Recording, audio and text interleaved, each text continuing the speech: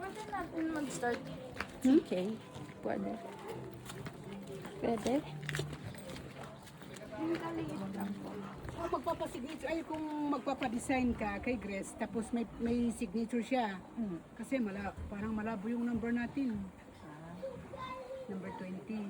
Pwede sana kung hintayin mo bukas ng hapon. Oh, umikot kayo. Ay, basic na nga po kami eh. Balik kayo dun sa homestead ninyo. Pwede naman dyan, maki-basketball kayo dyan sa akat. Busy po siya. Oh, Zay, lokal yung Zay. Hindi, ikaw ang gumawa. Ay, di ba ko na lang ako? Kami din lahat. Yan. Tapos, diretso sa kanya yung signature. Ay, yun. Ibali, ang tawan to signature kayo kanina ako humod na yun. Ang number pa ngayon, number 3. Ang ibig po sabihin ng signature ay? Yung 3 dot. Pwede nang diretso sa kanya. Pero, makakahabol po tayo kaya bukas? Kay Apo Wangod? Mamayang baka hapon din. Or bukas na po ng umaga? Ay, baka hindi aabot ng umaga. Number 3 pa yung ginagawa niya ngayon. Ay, ganun po? Oo, number 3 ngayon. Anong ibig sabihin naman? Ala, number 20 pa lang tayo. Oo. Ang ibig kong sabihin, number 3 ngayon, yung dumating kanina, number 3. Tapos, yun ang ginagawa niya ngayon. Team group. Isang group ko yun.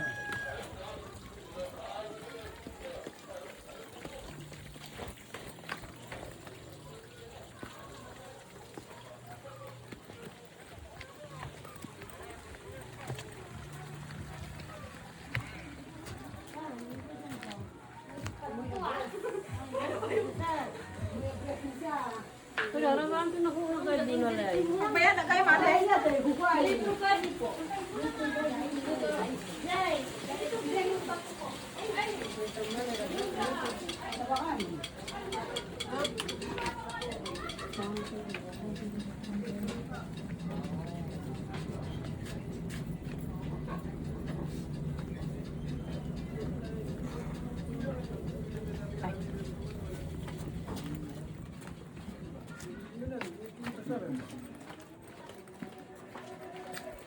Hello, chat po. Sige po. Sige po. Sat mo mga bago uwi. Tagay. Sige, ingat. Thank you po.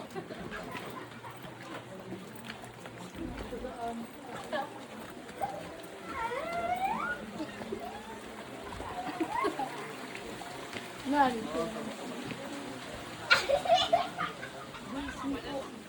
Ha? Busy.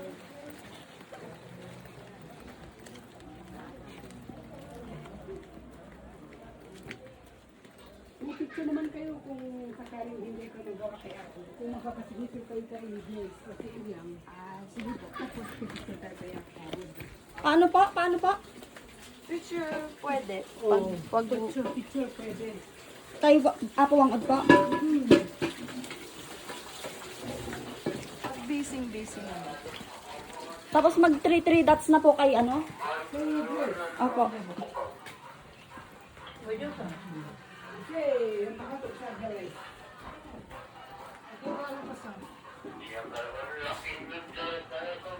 Design, ay lang pasignature siya, pa-design siya.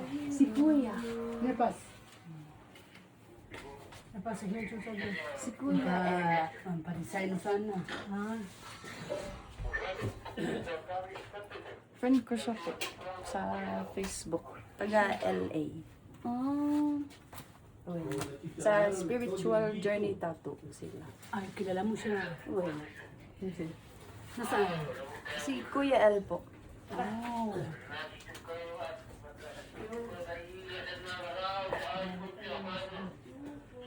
Hotel.